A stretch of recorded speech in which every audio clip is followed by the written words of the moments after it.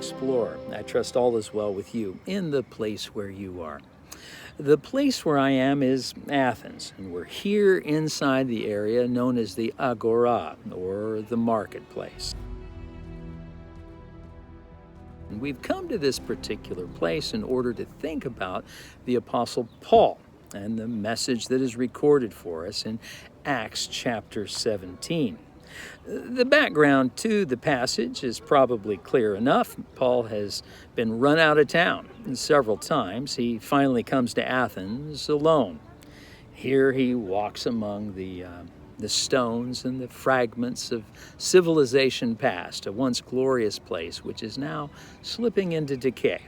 And as Paul engages the culture, he once again raises his very Jewish and yet very Christian message that God is working to renew the world. And the way by which that's going to happen is through Jesus, Messiah, and his Anastasia, his resurrection. And so Paul preaches this message of Jesus and Anastasia, Jesus and resurrection, and it gets the attention of the gray hairs. The Areopagus Council has functioned for literally centuries by this point in time. It was a group whose job it was to maintain law and order, and they supervised cases that had to do with murder, cases that had to do with the transgression of tradition and culture. And Paul gets hauled before the authorities. And there he delivers a speech that is astounding in so many ways. And it prompts at least 3 debates, none of which we're going to resolve right here and right now, but we'll at least mention them. The first of the 3 debates revolves around the question of where did it happen? I say where did it happen because it's not as clear as one might expect. Paul is called to meet the Areopagus crowd. The Areopagus, of course, is the name of a hill here, just on one side of the marketplace. I'm actually looking at it right here. Maybe you can see it off in the distance. There's the Areopagus up there on the horizon. You can still see some people standing up there in the morning sun. I don't think they actually met up there, although some debate that. I think it probably took place down here in the lower market area where the people were. And many scholars have suggested that the place where this happened was in a stoa, or a porched area, walkway area, known as the Royal Stoa, which unfortunately has been dismantled, or at least covered over, as a result of a metro line, train line, that flanks the side of the site. Otherwise, I'd be sitting there right now.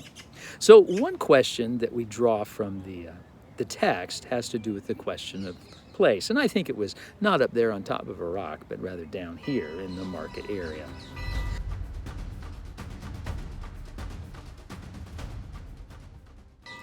Another question that arises from the text of Acts chapter 17 has to do with the nature of the discussion.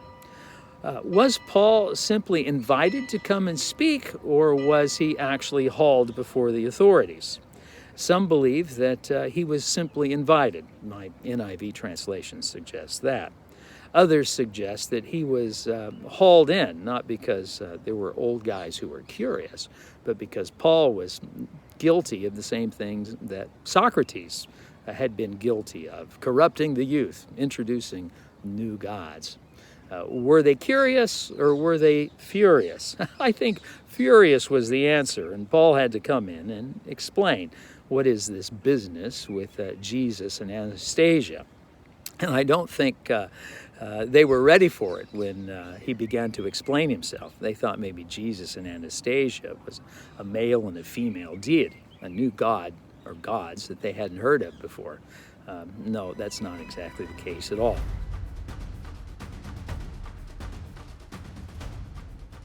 And so we have the question of place, we have the question of tone, and of course the question of rhetoric. How do we read Paul? Is he simply presenting an academic discussion as he leans into their own poets and their own ways and pulling them forward to the place where he wants them to go? Or is he actually arguing for his life?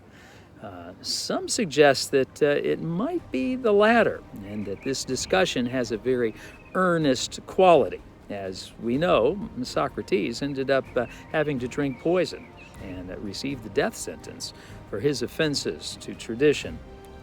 Perhaps Paul's words in Acts chapter 17 have a more dire feeling about them, in which case, at the end of the passage, when Paul walks away, we can say he was successful.